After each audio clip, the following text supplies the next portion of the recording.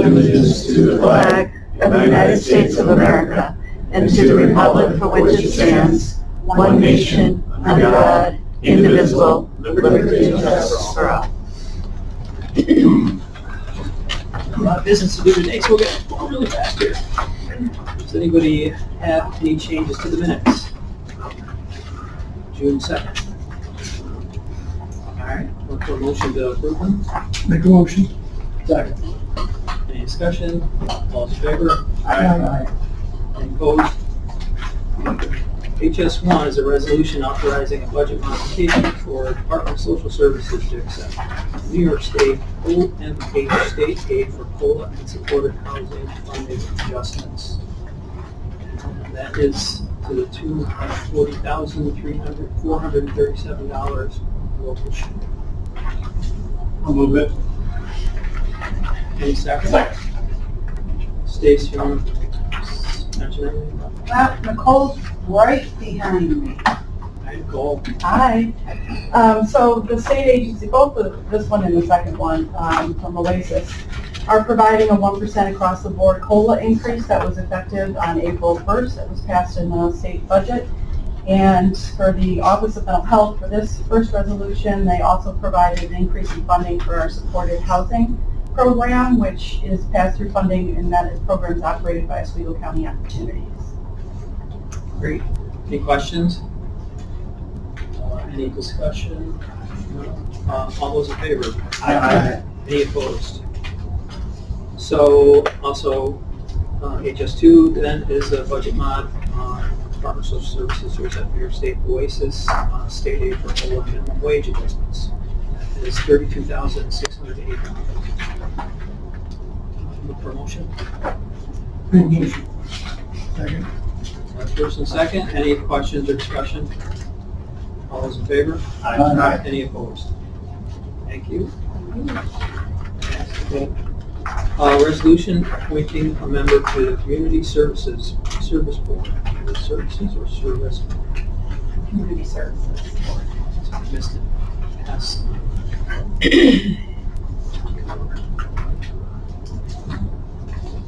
I'll be abstaining. We will. So that's for Kevin Belzy and James Karasik. Steve Legislator. Second time I got to call you Steve. I'll second. You got a first and second? Any discussion? All those in favor? Aye. Any opposed? One abstention. Thank you. Good luck. For your service. Congratulations. Thank you very much. HS4 is a resolution authorizing the reclassification of 6 positions in the Department of Social Services.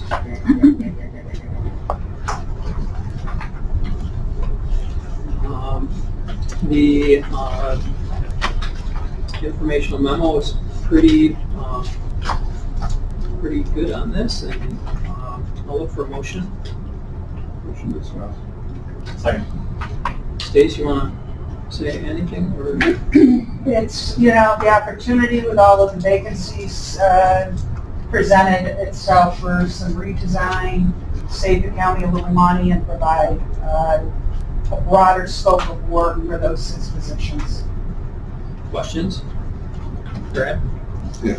Pardon me, Stacey. We had quite a bit of discussion about this one on your first page with the explanation, or the second page of the memo, the actual new position request. Yeah. So present salary at $15.59, and then requested salary at $14.67.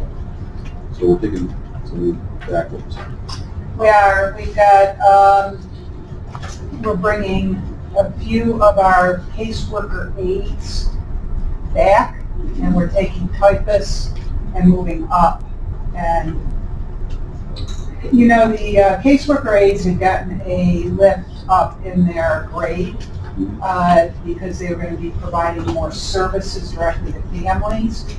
Yet they've kind of remained a bit stuck in the role of a transporter, which community services aides can do as well. We still do have 4 caseworker aides, but being able to have more help with transportation issues, it's It's the changing needs and trends in our business. So are these positions filled right now, or are they going? No, they're all vacant. Okay, All so six. we're not taking Oh. somebody back necessarily, Well, with the I thought- new hire that would know. It's upfront. 5 vacancies, I think. It says 5 on the sheet, but Do I have that wrong? Oh, it should, the time to now is reorganized, 5 of the positions, it should say 6. Okay, so- My bad, yeah. 3 typists and 3 caseworkers. Okay, okay, and I genuinely appreciate, the fact that we're, saving some money, et cetera, and we're gonna be getting work within times, just like the times and that. Absolutely. Because we're having a tough time keeping people at times. Oh, the wages are way below what other counties pay. My issue, though, has more to do with the classification of an actual position in civil service. Yeah. And you can't work out of your position description. So this move allows us to have people do a much broader variety of things for us. Okay, very good, thank you. well, and the caseworker 8 position is a DSS position as opposed to typists who can kind of move wherever they can find the best price for pay for that classification. Yeah, the school districts pay more for their typists than we pay for our senior typists. So we've seen a lot of turnover always in typists that we have in every single one of our programs. But, frankly, people can go to Dunkin' Donuts and have better wage. Average, $50. So it's $70. Any other questions? We know, we're trying to compete with them to grab people. Legislator Karasik? It's probably more for Phil. So when the state pulls the trigger and we go 15, is that an auto for all these positions? Or they gotta come back through committee? No, government's usually exempt from the That's why that's why we're paying a little minimum wage or something.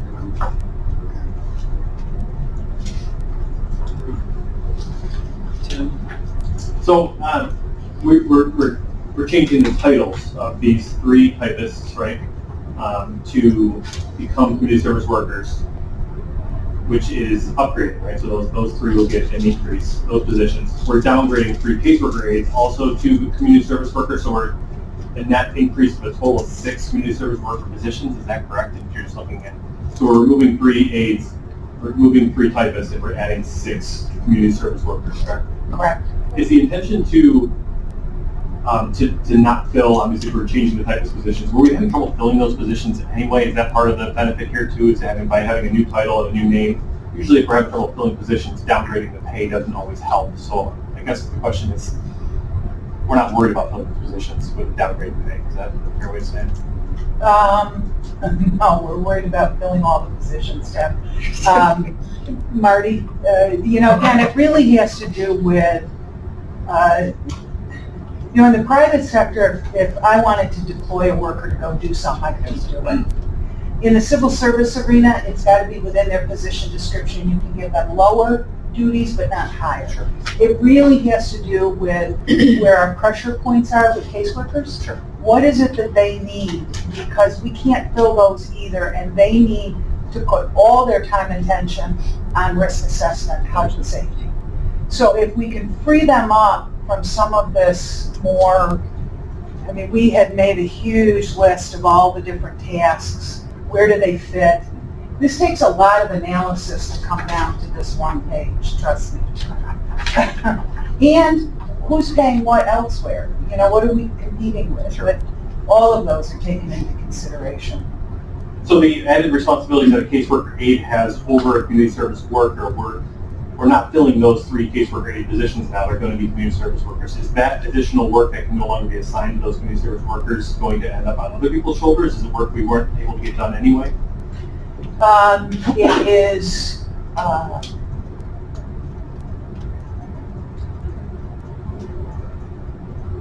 so the caseworker aides can drive a person to a supervised visit and then supervise the visit. A community services worker can drive the person to the visit and drop them off. So really, all we're giving up when it comes to the caseworker aid is that actual client contact.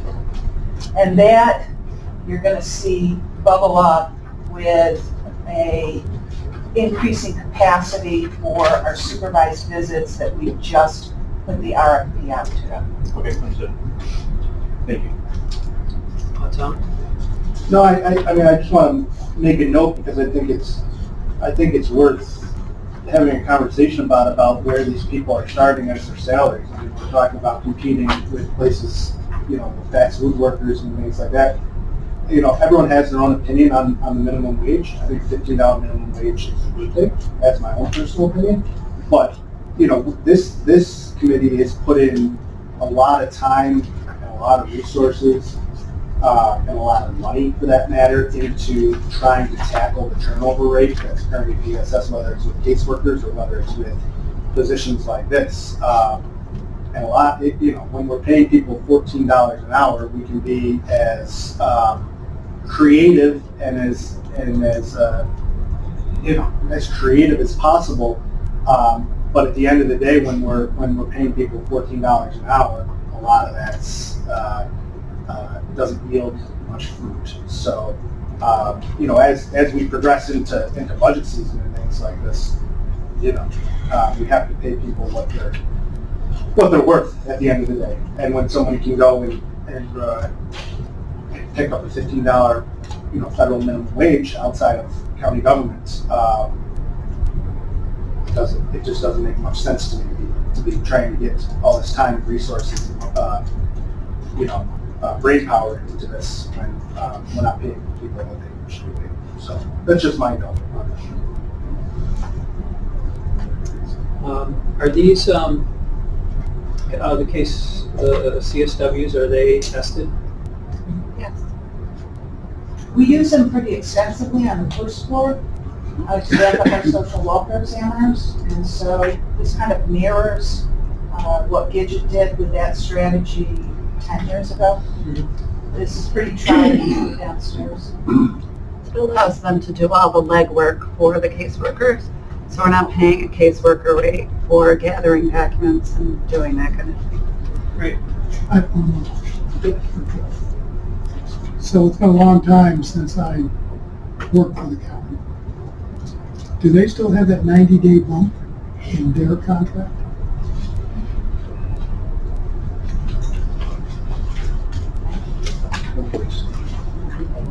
No? Yeah, there was a 90 and a 6 months. CSA Public Works. Yeah, sure. Yeah, that's what I'm saying. I don't remember. Several, I don't. Our workers don't get it. You don't get a bump like after 3 or 6 months? No. Okay, then it's not in their contract. Oh, right. So you wait a year? Okay. Okay, Tic Tac, Years ago, there was one in between. Tic Tac, I take it back. There are 5 vacancies. Oops. The typist, You were right the first time. I was. The typist is getting a promotion to a senior typist. So although she's in that typist position right now, she's actually not vacated that yet because there's nobody to do the work there. And Becky has been a champion of getting that. So if anybody deserves a little bump up to a senior typist, it's her. And we just had a senior typist just before I wrote this.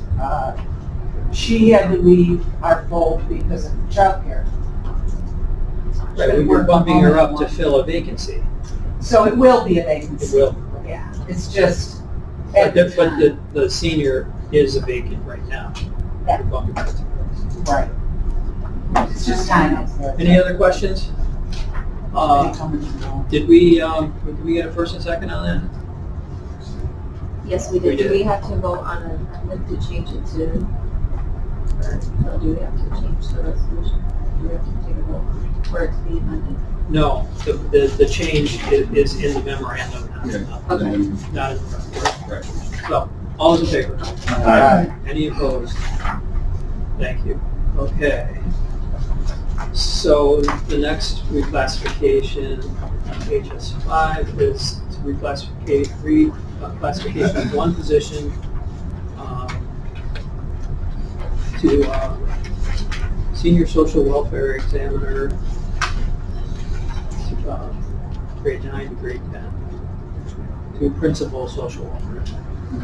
I got that right? You do. All right. Look for a motion. So, Second. Go ahead, Stacy. Well, the annual bump up is $3,130, and we get, say, 50% of it back, Gidget's social welfare examiner and principal. It'd be a low ball. Yeah, that would be low. It's gonna be somewhere between 50 and 75, depending on exactly what. So this is less than 1,500. It allows us to get more of some of the administration. Gidget she can't keep up with all of it as the director.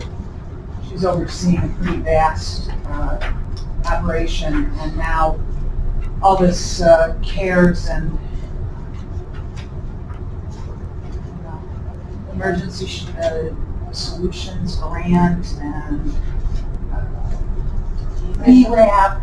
It's a whole brand new way of tracking for us as well and planning for us, so it really has brought on a lot of extra work. We're not complaining, it's over $1 million, so yeah, that's gonna inevitably save us local share money as we are able to plug in some of this federal money to what formerly we would have had to do with claiming and getting only part of it reimbursed. So we're happy, but we need some help with this. And there again, you get into this: what is the position description? What duties can you employ these folks on? And we need one that's really overseeing all the homeless housing stuff. We've saved a lot of money for the county by plugging in new strategies with homeless housing. Like our warming shelter versus just putting them up in a motel. On and on I could go about how we have created a management team that really thinks through things out of the box and is able to provide in the best way we can for the needs. Any questions? All right, all those in favor? Aye. Any opposed? Thank you. Okay, HS6 is a resolution awarding professional services contract, RFP 21-CD-004, Family First Preventive Prevention Services. Motion. I'll second it.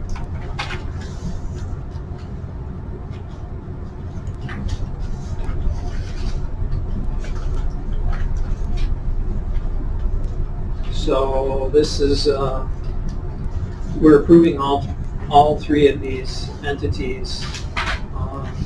Were they all doing this before? These are all ongoing 2 of the renewals? 3, OCO and Catholic Charities, were doing some supervised visits for us, and we've learned the needs are so much greater. We needed some more clinical expertise in there, especially in court, family court. So prior to the pandemic, we had started meeting. It was kind of an offshoot of the Child Protective Advisory Council, CPAC, to really look at, how can we achieve permanency timely, move it along to adoption if we need to, or get these kids back home sooner. And that was really the focus in looking at evidence-based, and PIPSA was in the works, so we need to look at evidence-based. So OCO and Catholic Charities have really kind of retooled their programs. And then Liberty Resources, so we used to have one evidence-based program, FFT, Functional Family Therapy, out of Cuba. We let go of that. We weren't getting the outcomes. That team actually sat right next to Veronica's team, so she could come tell you some stories. But You gotta be out in the field working with families, not in the office if you have a space for the family. So, we're happy to have, Liberty. We have a contract with them right now. We've had fabulous outcomes. They really stepped up for us during the pandemic. This, is a different program than what they are providing for us now. This is MST, multi-systemic treatment, MST. And it is well-supported, evidence-based. It usually is a very, very expensive program. They are kind of introducing it into Oswego County, giving us a break by kind of piggybacking it onto an existing Onondaga County program. I want to say they're providing MST in 8 different counties right now. So we're pretty excited to welcome them in. If we can divert just one high-end placement of a youth, we will pay for this program. Just one is all it will take. Questions? Tim? So the way this RFP was put out, was it expected to award 3 separate? Was it that these were the only 3 respondents, and this is a way to include pieces of all of their programs? I anticipated we would get more than 3. We wrote the RFP pretty broadly that targeted the enactment of the Families First Prevention Services Act of 2018. And I was surprised we only got the 3. But all 3 were really good, really strong. It's what we had talked about in CPAP. They've all been very active in our human services collaboratives. How did the group that reviewed the RFPs decide on the amounts? We obviously have a pool of money we can choose from. How was it decided how much to give each of the 3? When they responded to the RFP, they submitted detailed budgets.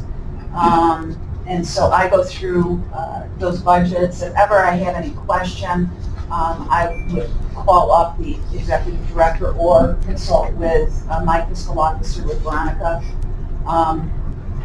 Nobody's living high on the hog with the budgets we're giving them. The salaries are reasonable. Well, the main reason I ask is obviously we have a pool of money that's available. We divvy it out 3 ways to these 3 companies. My biggest question is, how do you know that the amount given to one could not be spent better given to the other? And when you look this over, we've reviewed a lot of RFPs. A lot of times you see a list of pros, and then there's usually some cons. It's impressive to me that we have 3 applicants, the only 3 applicants, and there wasn't a single con noted from any of the 3 that we received.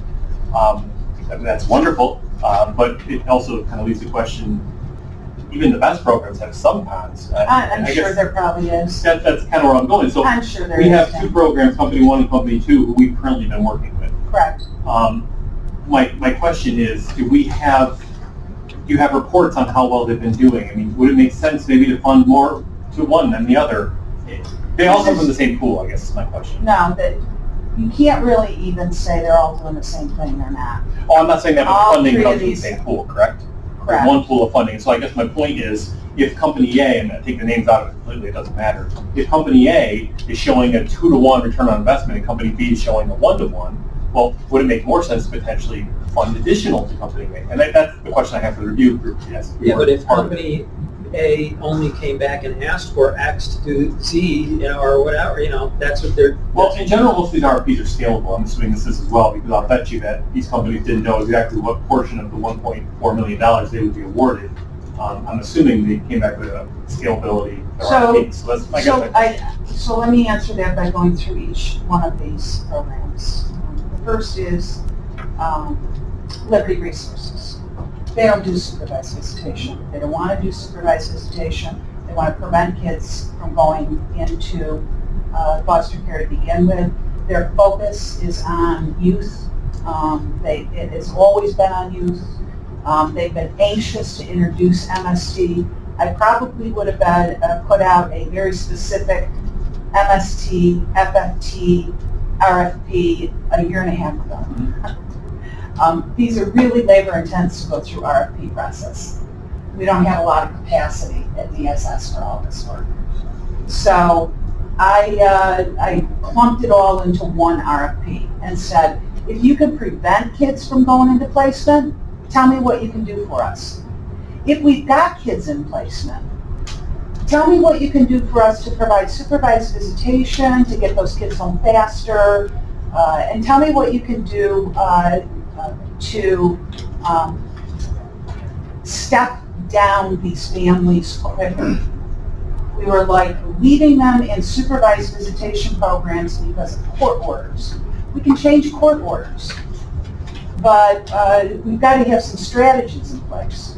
So each one of these are a very different, we're looking for different outcomes, different focus, and it takes a different amount of money. You know, the main player here, because they have a lot of space and out in Bolton, is Catholic Charities, because they've got appropriate rooms and safety features built in that the other two don't have. So each one brings something different to the And then, I guess that's what I was asking is how did you as a review group, I mean, if you put out an RFP that says, hey, we want to buy apples, bananas, and cherries, right? And then we have $1.2 billion to buy them. The amount of money that goes into apples, bananas, and cherries would be different, right? So I was more asking, how did you guys decide how much went to each of the buckets? I'm not saying that any of these three offerings aren't invaluable, I'm sure they are, but just was curious how you guys figured it out, because again, I'm assuming that the amount that was given Liberty was kind of assuming was what was left over after funding the other two. No. Is that accurate? Okay, so they all were scaled back from what their application amount was? They are all the application amount. Okay. What they asked for in the budget was all reasonable. Meaning we had enough money in the pool to pay for all three of them as they fully applied for it? Is that That correct? is Okay, correct. understood. So we Because didn't award the we've total. let contracts go, Sure. and then the pandemic hit. Or like with Catholic Charities and LCO supervised visitation program, we weren't really supervising face-to-face visits during the pandemic. Okay, that makes sense. So we are launching a whole new redesign of both of those programs. And then, if I could ask you, is there something set up in process for us to be able to grade these for the next RFP that comes out? So, potentially Catholic Charities, doesn't make, again, I shouldn't use a name, but Company A does a great job. Maybe, this is one pool of money to pay all these three from. Maybe it makes sense to award larger. Maybe it makes sense to grow that program. Is that something that we have built into all three of these programs to have a good way of assessing how they do at the end of the 5-year contract? Yes, we do, obviously. They are giving us week-by-week reports, really, because these families, we only have 15 months to achieve permanency. So yeah, we're meeting very regularly. We see up close and personal, do they have the, Liberty Resources retains people. They really keep their folk because they're using professionals and they've got a really high pay scale, so they can compete. As far as an RFP that we've awarded, it's a 5-year contract. At the end of the 5 years, we'll have some sort of tracking system, some sort of score system. Did we have that for the previous 5-year contract for both Company A and Company B who were A re-awarding? scoring? Well, some sort of way of assessing, in a, I don't know, some sort of... Well, let's put assess- it this way. We'll look at 20 kids that went through MST. How many of them ended up in placement? Sure. That's what we look at. And that's the kind of statistics we have already, would you Yes, say, for yes. the previous ones? Well, I don't have it for MST, but we do have it for. Okay. Yeah, we do. Thank you. Go ahead. I don't have you don't have to answer the very specific numbers, but my curiosity is, so it's budget neutral for 2021, and what's the basic breakdown on funding? Is it, what percentages are reimbursed versus what's it gonna cost us? So once the FIPSA, federal law, kicks in here October 1st, it'll probably take us a couple of months to figure out, especially with the change in our financial director. It's probably going to take us a little bit to figure out what is it exactly we have to document to show that we can get Our county costs though are gonna be minimal. our county costs are so minimal. So we're looking for 50% from the feds with that 40. 50% is From- 4E 50% from Yeah. 4E. federal funding, and the remaining is 62% state, and all of that is uncapped. Correct. No. Yes. All of that is uncapped. Correct. Yeah, that's what I have written in my notes. Okay, because I was saying, how would you get that? I missed it again. Yeah, and I know we had talked about it before. But 4E is an Because, eligibility criteria. I get to talk to Stacy more than anybody. yeah, and actually I had written, I don't have the notes all over in our previous conversation, but, so you said that one placement would basically, one child placement would be a program. That's pretty, For Liberty. that's Yeah. substantial. Oh, yeah, well, the cost of, Based on the 4E eligibility. Yeah. That's the big Okay, piece right there. very good. you know, I'm giving very simplistic answers. Even my answers to Tim are very simplistic. 'Cause Well, you Tim guys- needs them to be simple. Maybe he's leaving us through. He's going anyway. Hey, I had some pretty deep conversations with that guy over there. He But- knows I love him. But, yeah, it's, you know, you dive down farther and there's like a maintenance of effort that the state has to give with the feds. And we've got to pay the same amount out in preventive monies since 2016? 14. 14. So we had to gather a bunch of that last year for the state. So what, I say, well, we weren't spending that much back then. We had just let a bunch go. What am I going to be able to do here? Well, it depends on what the state is. And everything's very slippery right now with the state. You know, it's clear as mud. I try to get my arms around it. You know, we got to launch October 1st. I need contracts in place. Well, we don't really know what your criteria is. And, I mean, on and on it goes. When this all, the dust settles, Marty and I will be like breathing again. Because it really is complex right now and it's a moving target.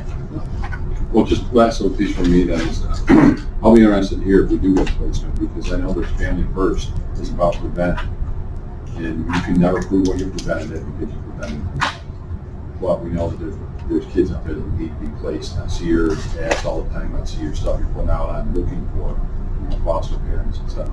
So when that happens, also if it happens, when it happens and you get a placement, please let us know. Will we certify you in, you know? I know.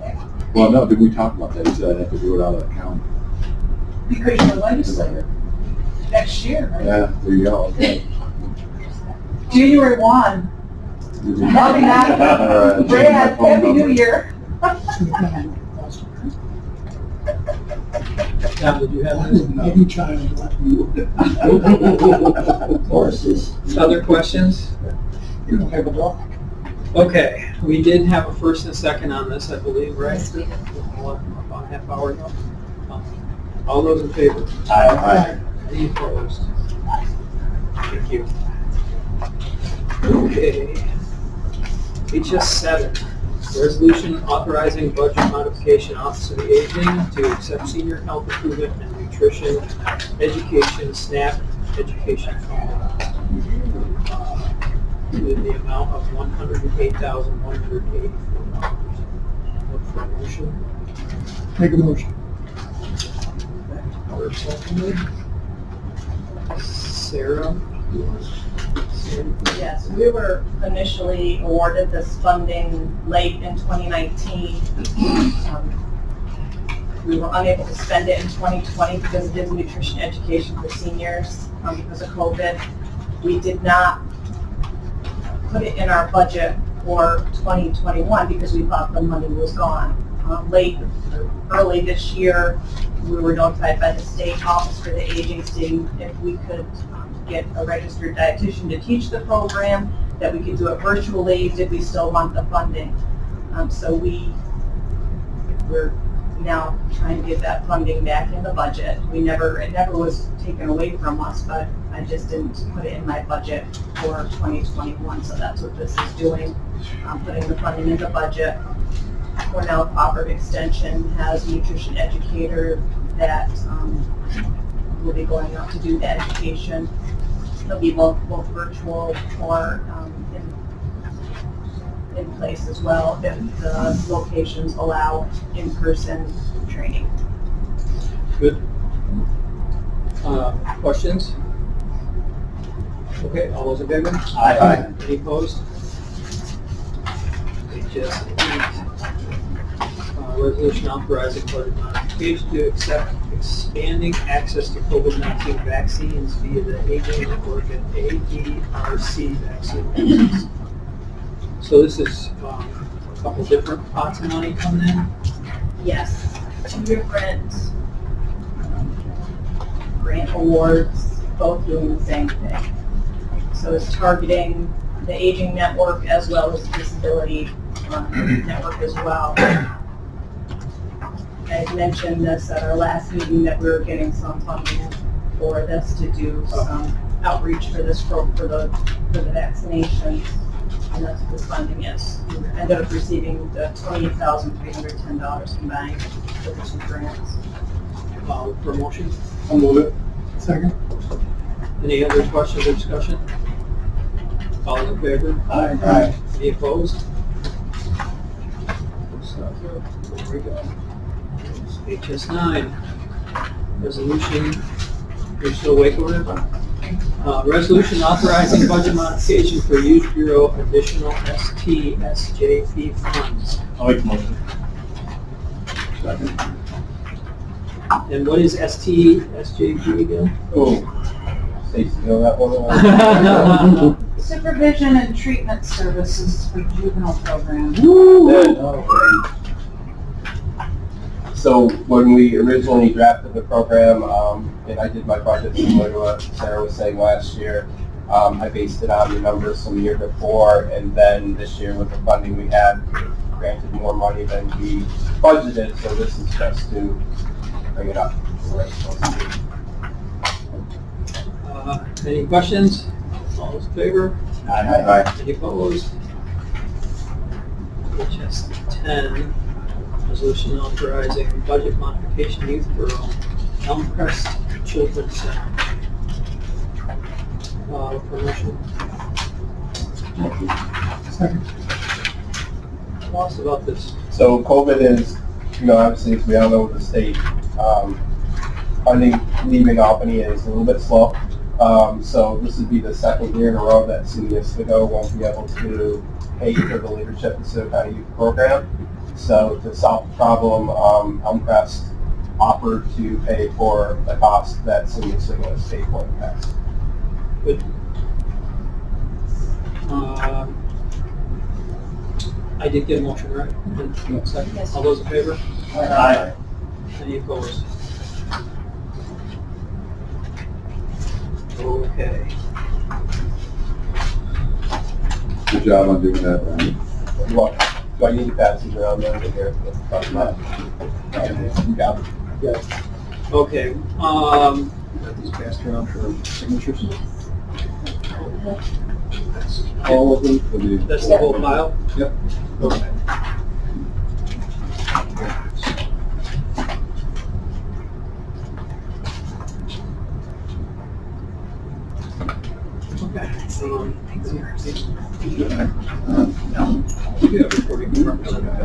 We're gonna, I'm gonna go to Joe first since he's a guest and he's waited patiently. So we're gonna, and that's what's in the packet here, about the Hemlock Woolly. How do you say it? Well, you indulgent. Okay, what he said. All right. So last, let me see, I guess it might have been two meetings ago, I just presented, just gave an informational session about the Hemlock Woolly Indulgent. So I will just recap quick because I know a few of the legislators and a few of the folks here in the room weren't present then. So Hemlock Woolly Indulgent, it's an invasive species that kills hemlock trees. For years it has been in the state. It was kind of kept down to the Finger Lakes region, and just recently, this past winter, it was found in Oswego County, and it happened to be found on 3 of our county properties, reforestation property in Hannibal, and then Camp Hollis, as well as the Independence Park property. So that was the original find, was the Independence Park property. We partnered up with an invasive species organization referred to as the Sleeville Prism, and we did a survey. They had quite a few volunteers there. We surveyed about 1,100 trees, and they found that about 30% or more were visibly infected. So my guess is that's probably closer to 70 or even closer to 100, to be honest with you, because you're dealing with folks that during the winter time you're really only viewing that first like 6 feet of branches, something like that. So the chances of actually seeing every infected tree are pretty low. So it's definitely, that's at a level where you definitely need to act. And the reason that's important is this is a recreational facility, so it's managed by the Youth Bureau. It's owned by the county. It does have a trail on it, the Independence Park property, as well as the Camp Hollis property are the ones that we'll be talking about today. The reforestation, that's something I'll look into for the future. You definitely have to weigh the cost of controlling that versus how much the timber's worth, what are the safety factors and things like that. And that's why I would look at the Independence Park property as well as Camp Hollis. Has anyone who has been to the Independence Park property? Okay, so it's I guess a low number, but it's a pretty pretty heavily visited area. There are a lot of users there, and the Camp Hollis property, is that open to visitors that want to hike that trail? So you have 2 primary safety issues there. Okay, on the Independence Park property alone, we surveyed about 1,100 trees, so that's obviously not all of those would be a safety issue, but a vast majority of them could be. The last meeting I had some maps showing kind of the primary hemlock areas. It amounts to, between the 2 properties, it amounts to about 25, 26 acres. And I would say probably for the first year, probably your priority would be Independence Park property, but I've kind of lumped into the summary that I sent Brian, and that was distributed. Kind of lump those together. So you have around about 26 acres that primary hemlock, very dense, dense hemlock. That's the primary species. Okay, it's not that it's not present in the other, the other acreage, but these are the areas where it would be, I guess, a high priority to control as a safety factor. So in order to treat this, there's really there's one method. It's a pesticide treatment, and it's a basal bark application, which means an applicator would go into the woodlot. They would spray the first couple of feet of the stump around the entire bark area of the tree, and that soaks into the bark and then kills. There's some what I'm proposing would be a tank mix of 2 different chemicals that causes an immediate kill on the hemlock woolly adelgid, as long as some prolonged impact for 3 to 5 years. So there is the one caveat with this is a restriction on how many trees per acre you can actually treat, though. So you can't just go in and say this estimate that I've given. It's a little over $600 per acre. It's a pretty sizable chunk of change to get this treatment.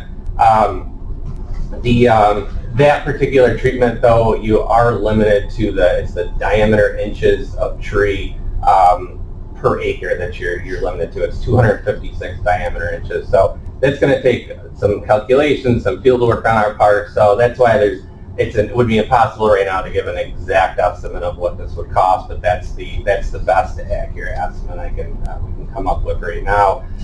Total, I think you're in the range of about $16,000 to $18,000 to treat everything. Probably one of the best suggestions I could make would be to really do this on an asset-based priority, and that would be our office is offering, as long as we would be authorized to go in to select the trees that would need to be treated, we can come up with a better estimate. There are a few wetlands in the area, so those would probably be areas we'd have to actually take off, at least for this year, and that could lower the estimate. But that's the best accurate number I can come up with for right now. So our office is willing to do, the work. As far as the layout, we would actually have to, use GPS, grid this off in 1 acre sections, lay this out, select the trees based on health, height, diameter, location to the trail, things of that nature. So we would go in and select this just as almost as if we were doing a timber sale, marking the trees. They would be flagged, and then we'd actually have to, because this would likely have to be a multi-year controlled treatment, is we'd actually have to tag the tree. We would do that in a place that's discreet on the opposite side of a trail or parking lot or something of that sort. So the treatment we are looking at, working with Onondaga County Soil and Water. They do have an applicator on staff. They've been doing some treatment in the Finger Lakes region, and they would be willing to come up to do the work. We would do that through an intermunicipal agreement. So I guess the first request would be that we would be authorized to do the work, and obviously the funding request, our office I did speak with my board about that. They were willing to come up with 50% of the application fee, which again could be in that $16,000 to $18,000 range. And I think regardless of what occurs here, I think they would be willing to put that in. If we only had half the funding, we could obviously just work with what we had and just do this on more of an asset base. But if the county was willing, they saw this as an importance and would like to contribute, I guess that would be what we, Youth Bureau and our office would certainly be open to. So, Brian, is there some money in your budget to do this? To find $8,000 or $9,000 with what we've saved on camp or anything? Yeah, I think camp house. So first off, I think that we should have a resolution. So I offer a resolution to allow Soil and Water to go ahead on our properties that are under the jurisdiction of the Youth Bureau. So for a second, that's just to go ahead. That's not authorizing the change in money, or unless you want to do it all in one. Well, where in your budget do you feel you have it? Is it in a personnel line, or is it one in a line I can move if it's under 10,000? We're saving a lot in food. We're saving a lot in food in every area this year. Okay, so if it's under 10,000, I can do the budget without it going through the legislature. So all you're really doing is a motion to allow the work to be done, right? Yeah, Joe, you said your first step was to go look and see what it would entail. Mm-hmm. So I think that should be the first step of the committee is let you go do what you do best.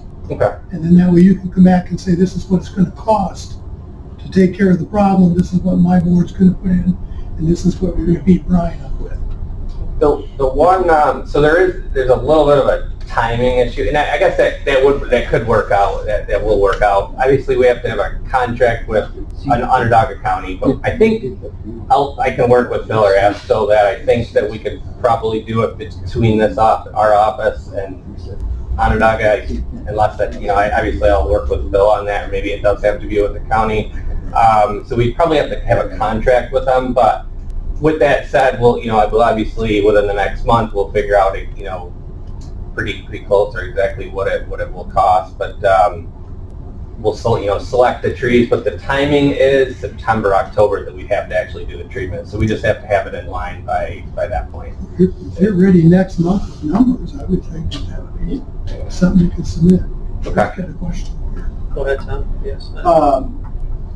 You said, and forgive me if this is naive or not, but so you're requesting half of the funding either from Brian's budget. You're saying your plan is to fund half of this from your board. How does your board raise money? So we would use some state funding for either some of the money that we have like in an implementation account, or we would use not necessarily grant funds because this was only recognized this year, so we haven't had time to apply for a grant. But we would use state funding to cover the anything that we couldn't cover. So it's not coming out of private funding, right? Instead, it's coming out of money that you receive from the state. Correct. Okay, that makes me feel better. Go ahead, Herb. The chemicals that you're spraying on these trees, you gotta be a licensed I spray the chemical. You do. So it's not something that we can get ourselves. You have to be an applicator. We could, you obviously could bid that out. The amount of people that you would be able to send this to is pretty limited. It's actually really nice to have a neighboring district that does have somebody on staff that would be able to do that, and we'd be able to work with them. And because it's, this is relatively new to, as far as the layout, the actual treatment. It's not something, this is the first confirmation in this county, but it'll just be nice to work with them. Obviously, I'm sure we'll run into some snags along the way, and it'll be nice to have a friend, I think, to, in the business to be able to work on this together. So. Okay, so it's been recommended to make, I offered a motion to allow him to go forward. You're saying that, yes? I think he needs to do his research and come back with numbers. Well, he's got $16,000 to $19,000 here. I think it's appropriate to have a motion from the committee to authorize him to go on the property and do that work and come back with us. Right. That's okay. I Yeah, think Roy just needs a that's what I'm second to what he's saying. But you guys aren't saying the same thing though, right? I'm confused. I'm not, yes, I was not offering money from his budget yet. Yeah, so we're saying the same thing. So we're saying the same thing. Except for we should put in there that whatever hours Onondaga County gives us, we could give them 10.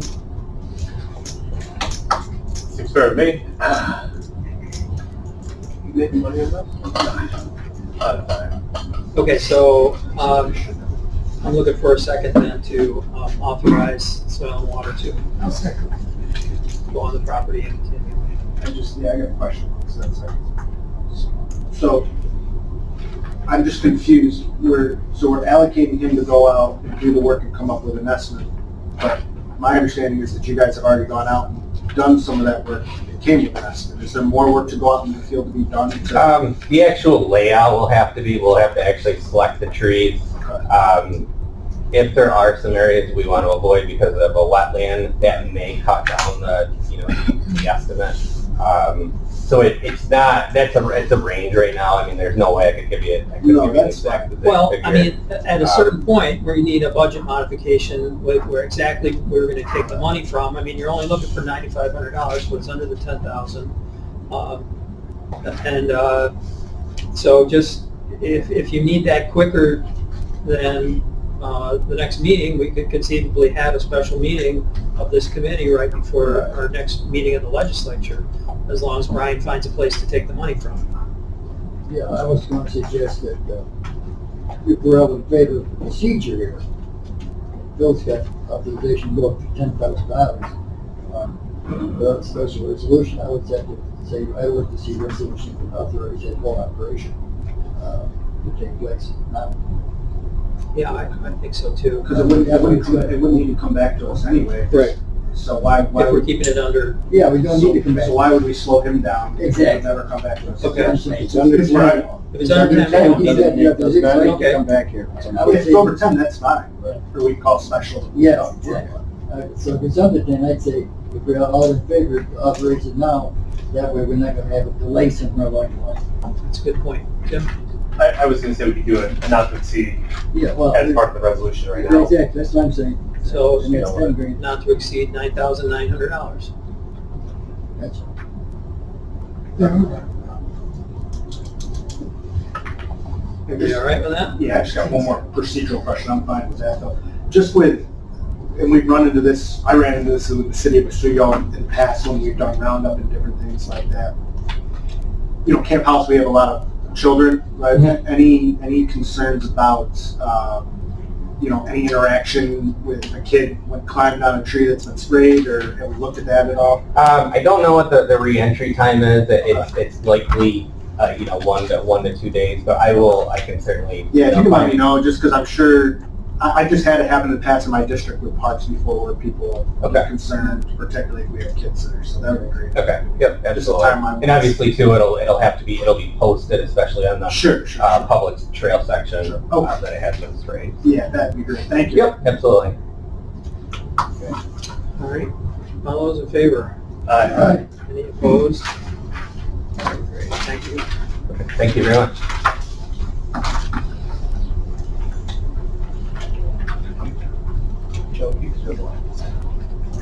Okay,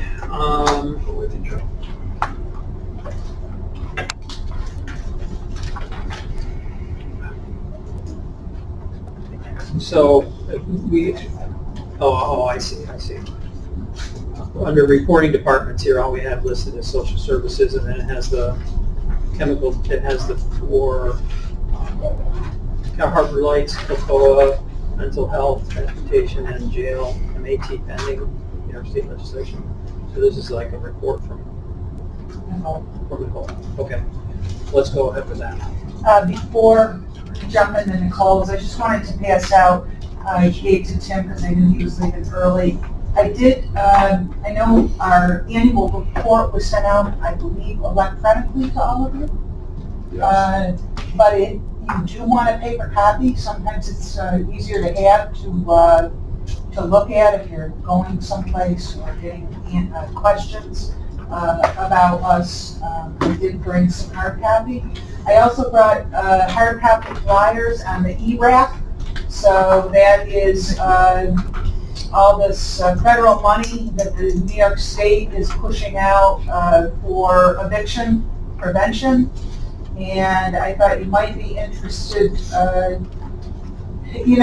This has Office of Temporary Disability, OTDA, on it, and it's OCO. We're paying almost $200,000 for them to do outreach. But I got to tell you, there's no place on here that says DSS, and DSS has a really heavy lift on this. It's the first time we did go into grants.gov to manage funds like this. I mean, it took 2 days for you to just get through those processes. It's not an easy lift. And of course, where do you think all the phone calls come, despite OCO's number on here? They're all coming to us. So I did want to give you that. I also wanted to let you know we've got a couple of awards. The non-res TV services, it'll be a sole source contract for $25,721. We're also getting another $28,266 for adult protective services. Little drips and drabs of money coming in through all this federal money. And the paperwork that you have to push for that, $25,000 is damn. Did you see the new adult protective one? My eyes glazed over. I just thought, oh, for God's sake, I feel like giving them the $25,000 back. Yeah. I don't have enough people to push all this paper. Well, it's so time. We won't, guys. We won't. I'll take every penny, whether I have to be there at midnight on a Sunday to do it. But it's just nuts. Nuts. Can you email me this digitally? Sure. So you can put it out electronically? Sure. Is it okay to say about your foil? Well, I was going to brag about it, but No, go for it. Somebody. It's on you. well, yeah, and I'm going to report this to Finance and Personnel tomorrow, but it affects a jurisdictional department here. New York State every year reconciles the federal, the EFMAP, the Enhanced Federal Medicaid Assistance Program. And sometimes we owe them, which is not very rare. Usually they owe us. They have not paid any county, not just us, that reconciliation since 2016. And since then, they have not, the state, Department of Health, Department of Budget has not provided us with numbers, although Veronica had an idea and a calculation of what it should be. During the past few months, one of my fellow county administrators learned that they had calculated these repayments and didn't tell anybody, and they still haven't paid anybody. So a number of us county administrators have foiled on behalf of the counties, our counties, for that calculation. Department of Budget denied, saying there's nothing responsible. Department of Health got back to us with the calculation. And our county is owed $4.2 million that the state has been sitting on and is not paying us. Yeah.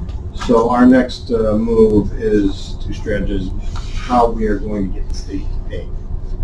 Perhaps now that it's in better financial shape, that'll be easier, but we gotta be talking to our leadership, getting ideas from NISAC and my fellow administrators on the best approach to get the state to pay what they owe us. And other counties are starting to get their numbers in as well. So that'll be a good boost for us, and it's I just wanted this committee to know, and I'll let the finance personnel know as well. Because we may need your support in some resolutions maybe, and a unified voice to get the state to pay this. Okay. Good work. Yeah. They take that money right from our coffers. Yeah, don't they? it's- Well, we know that's something. Oh, you're right. They just don't pay them our claims. And to add insult to injury, the state also owes us over $700,000 in community college tuition to the Fashion Institute of Technology. They won't pay it, but they're back billing us like $18, $35 on the reconciliation they did for the Fashion Institute. So, just the things we do. I do want to say that ERAP, if you're interested in numbers, they haven't started paying yet to landlords or utility companies, so I don't have any, here's how much money got dumped into our county, but I do have applications. Rental arrear applications as of July 1st, so that's about 6 weeks into the program, 286 applications. Rent prospective count, so you can do 3 months ahead, and that is 256, and utility arrears count, 99. So, around 3 Kind of months. low, hopefully people will get the word out. I'm sure there's a lot more money burned.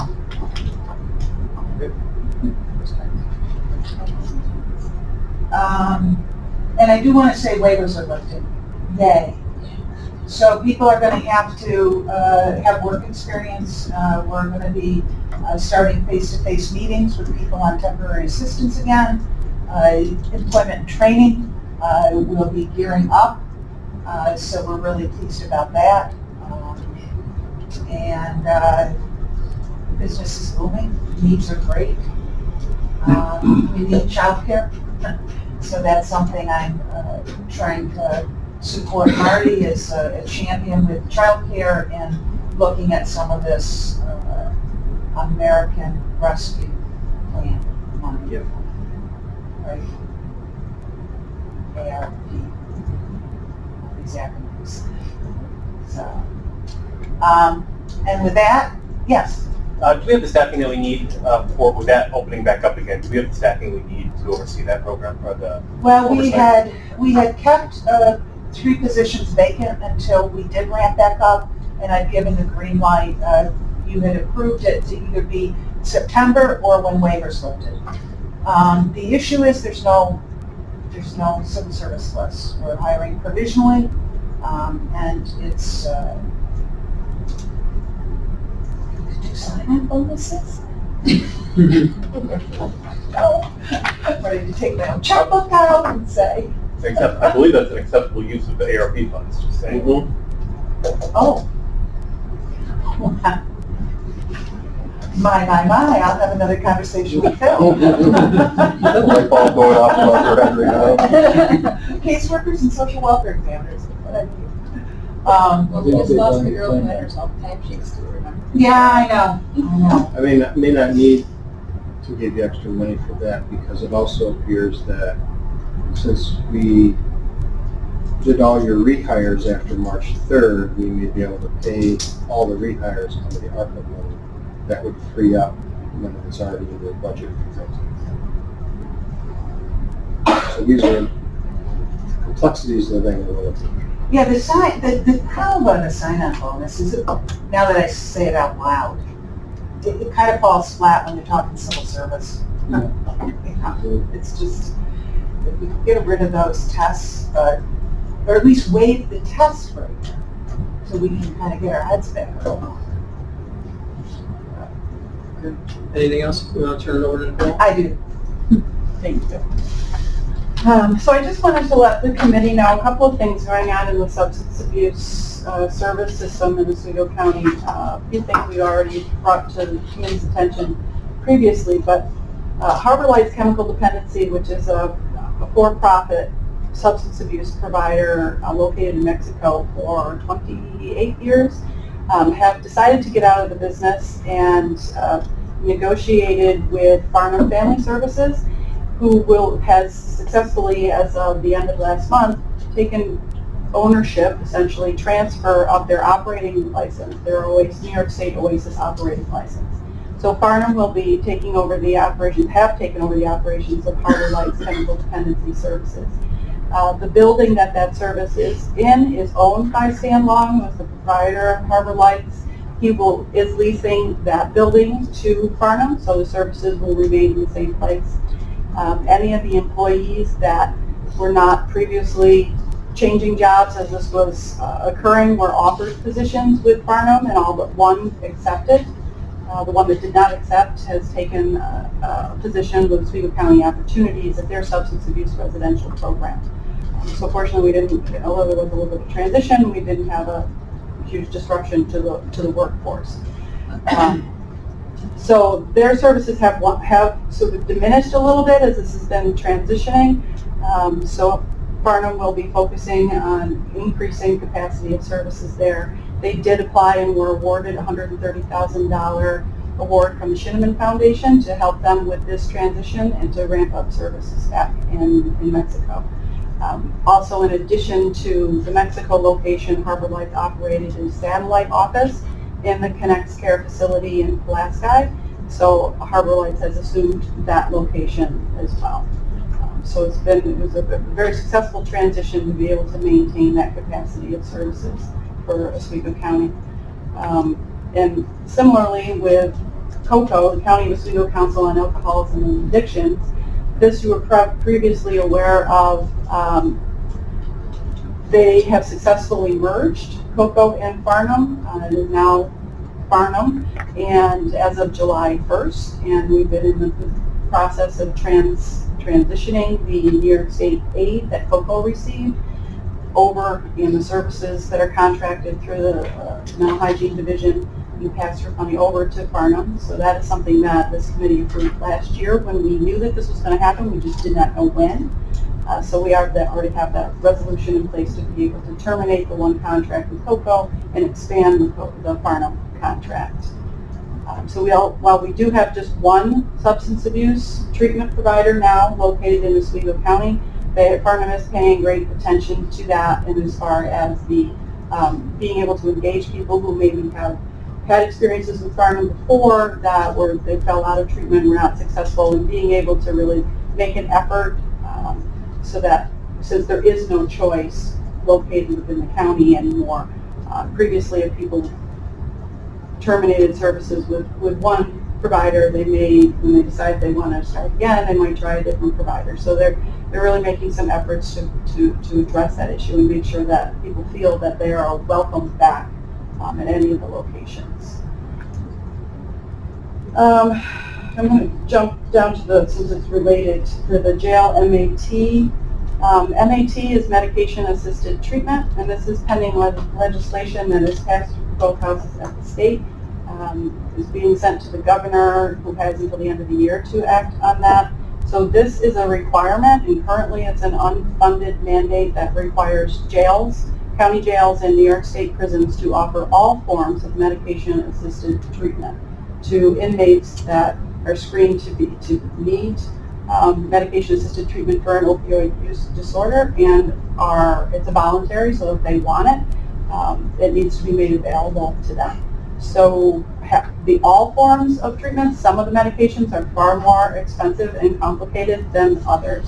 So this is something certainly that we're watching. Currently the jail, the sheriff has some partnership relationships with Farnham to maintain treatment for those individuals who enter the facility who are already enrolled in the opioid treatment program at Barnum, so So to continue you're their talking treatment. like Suboxone? Suboxone is one of them, methadone, yeah, there's probably about 5 of them, different treatment options.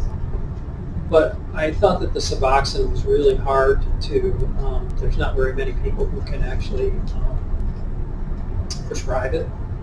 Is that, or did that change?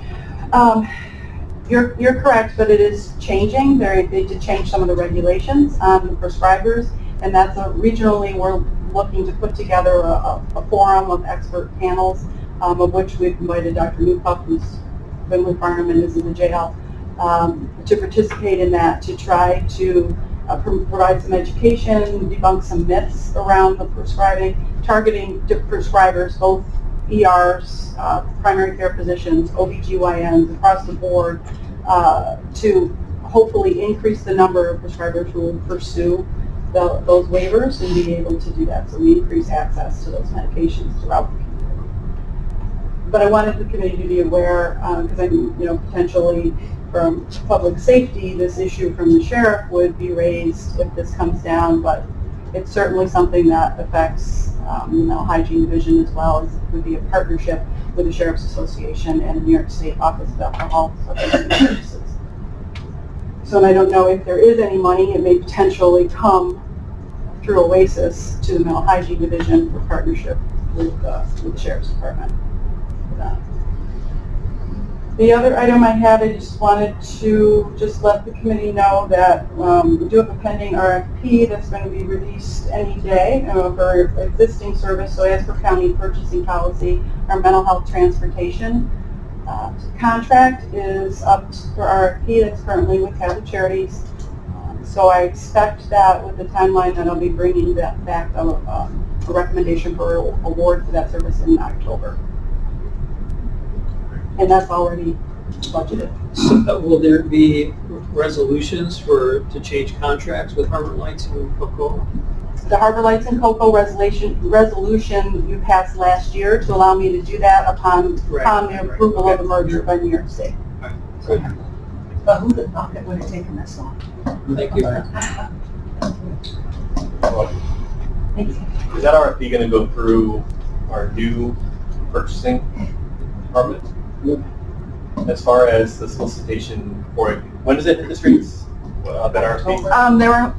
The award was hoping for October for a start date of January, but the release of the RFP is hopefully going to be this week. Okay. Do you happen to know, are we going to be soliciting that in-house for those? Anybody who would want to potentially see that RFP? I know when we've historically used Onondaga County, they have a solicitation network to make sure that get more people interested in potentially responding. Do we now, that is the first one we've had that I know of, since we're going to do purchasing in-house, have we looked into that solicitation process? Do we have our own in-house list at this point, or are we using Onondaga's? With an RFP, the county has the choice to solicit specific forms or cast a broad net. I provided a list of potential vendors that would receive it as a direct distribution. Excellent. Thank in you. addition to the public posting. We've just been seeing so many RFPs come back with so few respondents. Ultimately we have one option, and I'd be very curious to see what the solicitation process looks like. That sometimes when you send people things, they may respond. Sometimes if you don't, you just trust that they're going to look at some billboard somewhere, and I say that mostly facetiously. But honestly, maybe they missed it, right? So I was just hoping that we could cast a wider net. We used to, and are rebuilding, vendor files that are categorized by the type of services or product we sell, and we direct solicit, direct notify them, so that they don't have to rely on seeing an ad or seeing something on the website. So will they purchasing report to FMP? Yeah, we'll go back to the old way, and the purchasing director will come to each committee to report bid and RFP results. Okay. And the purchasing director, one of the changes, if you recall, in the purchasing policy is purchasing director will be a person on the review of every RFP. That's it. And then will we have, I believe, at least in the past, we'll have that purchasing director in the committee meetings when we're discussing our. Yeah, that's what I just said. Yeah. Just making sure. Yeah, when they report the results, it'll be reported by the person. Just like we. In committee, you're saying? Yeah. No, we use it. Okay, so since we didn't have it listed this time, the order for this week is going to be, I'm going to go by first names. So Brian, you're next, and then Jamie, and Sarah. But then we'll do our rotation again, so we rotate the 4 departments for reporting. I'll go real quick. So just a couple of things. Camp House, we are completely sold out. We have 60 kids a week for 7 weeks, so we have 420 registered campers right now. We have a waiting list at least 20 deep. What we are doing is we're replacing spots with campers who have not paid or canceled with ones on the waiting list.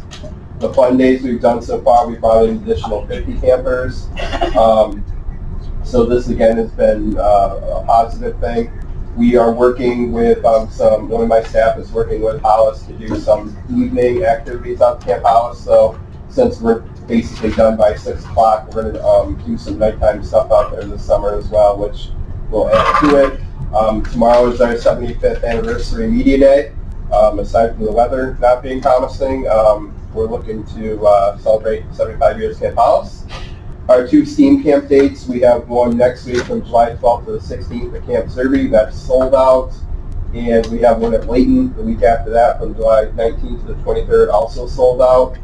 Our Parks and Rec team has out and about. I'll pass this stuff out. I'm going around there at sites of programs that are operating this summer. They're in the same boat that we were in with Hollis, and some of them got caught, basically with the governor's late announcement or through the decisions that they made earlier, like we did based on the regulations that some are operating, some are not. Also at Zerby, we have our trail conservation crew starting on July 12th, so they'll be out there working on the trails.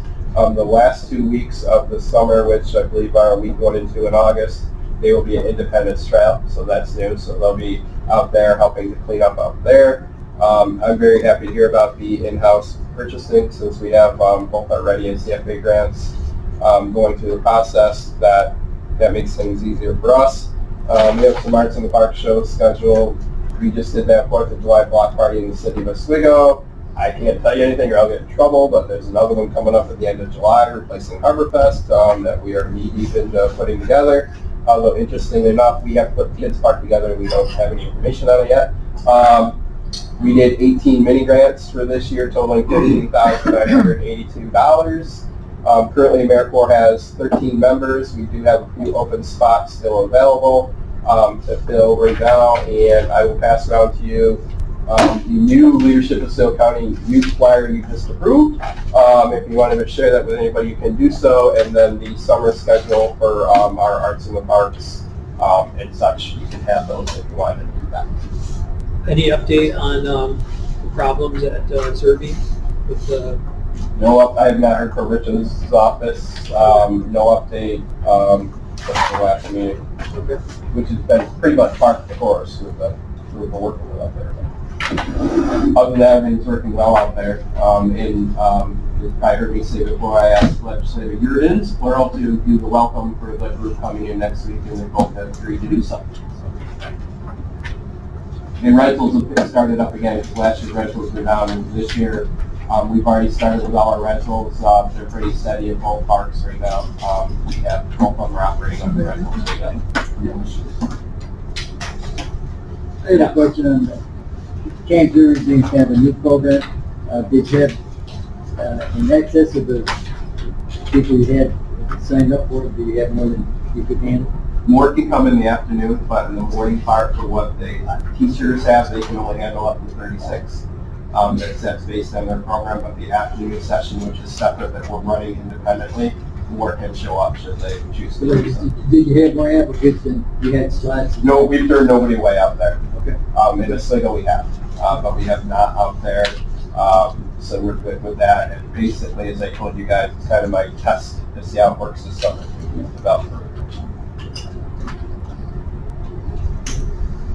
Okay, thank you.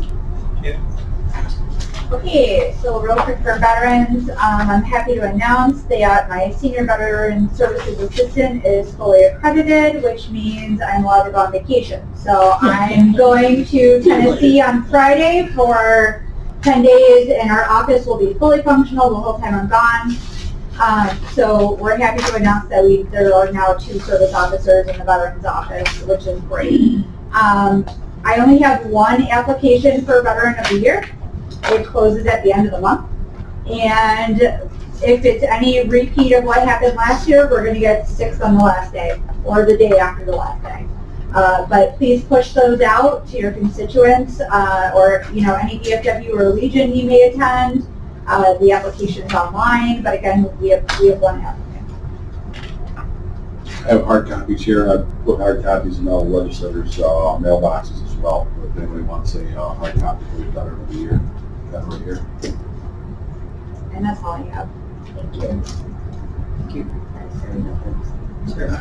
I feel like I was back in high school. My last name was Whitmore, so I was always at the end, so just kind of back on high school with. Well, next week, the next time you're gonna be first. I used to be last. With 2 Z's, but not many. Well, we did receive our senior farmer market coupons. Came in, we received 800 booklets this year, 40 fewer than we have received the last couple of years. No rhyme or reason why we didn't get those additional 40 booklets. So it'll be $16,000 if they're fully expended for our seniors to purchase fresh fruits and vegetables at participating farmers markets from participating vendors. But here is the distribution list so that you have it, where we will be out and about distributing them. We start next Monday, or this coming Monday. We're going to be doing a drive-up event here in Oswego at Riley Elementary. We're going to be doing another drive-up event in Fulton at Hugo Community College in their parking lot. Also at that event, Catholic Charities is going to be bringing 300 food boxes to provide to participants as well. So we're happy that we reached out to them last year. They gave us milk to distribute to all of the participants. So I reached out and said, do you have milk this year? They did purchase milk cards from Stewart's, so they'll get a milk card for a gallon of milk as well as a box of food. It's just that location though, just the Fulton location. The other locations will be step up to the table, will be outside, and they can step up to the table.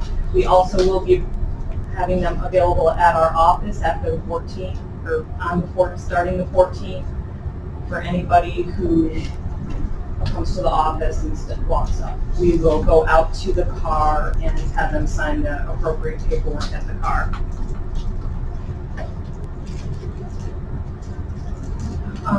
We are also working with the county mobility manager, Monty Flynn, on a pilot transportation program to the Fulton Farmers Market on Saturday, August 14th. So they'd be going around to the senior buildings in Fulton, bringing any participating seniors or any seniors that want to utilize the transportation to the market.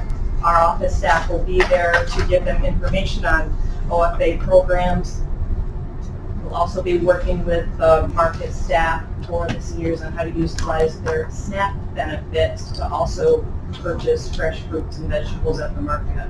Depending on how well it goes, how much participation we have, we'll expand it next year. It's no cost to the Office for the Aging or the county. It's part of the mobility manager's function to do this. So they reached out and I said yes, we wholeheartedly. Where the cost will be, my office staff will be the ones making the reservations, getting all the data from the participants, and then also the day of the event to go and talk to the people. And then we're also going to be having a senior pickup meal this year, not a picnic. We're going to be providing a meal through a drive-through process or drive-up process at Bright Deck Park on August 11th. Flyers in the works right now. We'll get it out to everyone when it is complete. but we're gonna have bags, and Brian, we work with Youth Bureau, the youth are decorating the bags. In the bags, we're gonna have, we got these COVID card holders. We'll be putting them in for our seniors, as well as tick kits from the health department, because ticks are a big, certainly want to make sure everybody's safe as possible.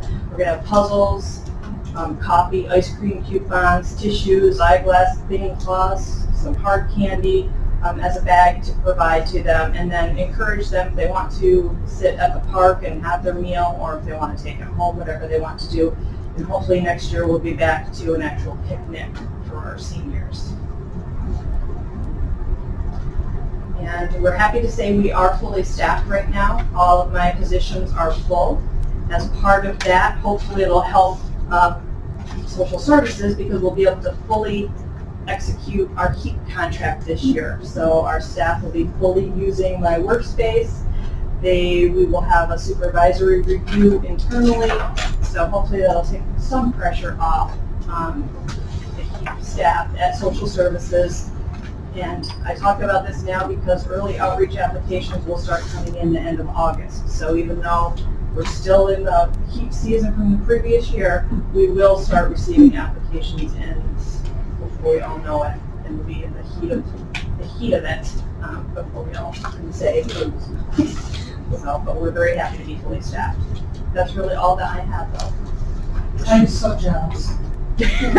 Well, I have a little fewer staff than you do in yours, but yes, it's a big relief to have all of the positions and people doing what they need to do. And are these really built for a vaccination? They are, and they do fit, because they look a little small. I'm like, let's get a card out and see if it fits in there, and they do fit in there. That's just funny. Yeah, because you're not supposed to. You pandemic Well, our seniors, they like to keep everything very neat and tidy, and we're not recommending that they laminate them, because if there's a booster, they need to be able to write on the card. So this is. Should we, you might need that in Tennessee, you never know. So, The whole time we traveled through 7 states, have we ever had? No. It's funny. I know my Excelsior pass in my home, but.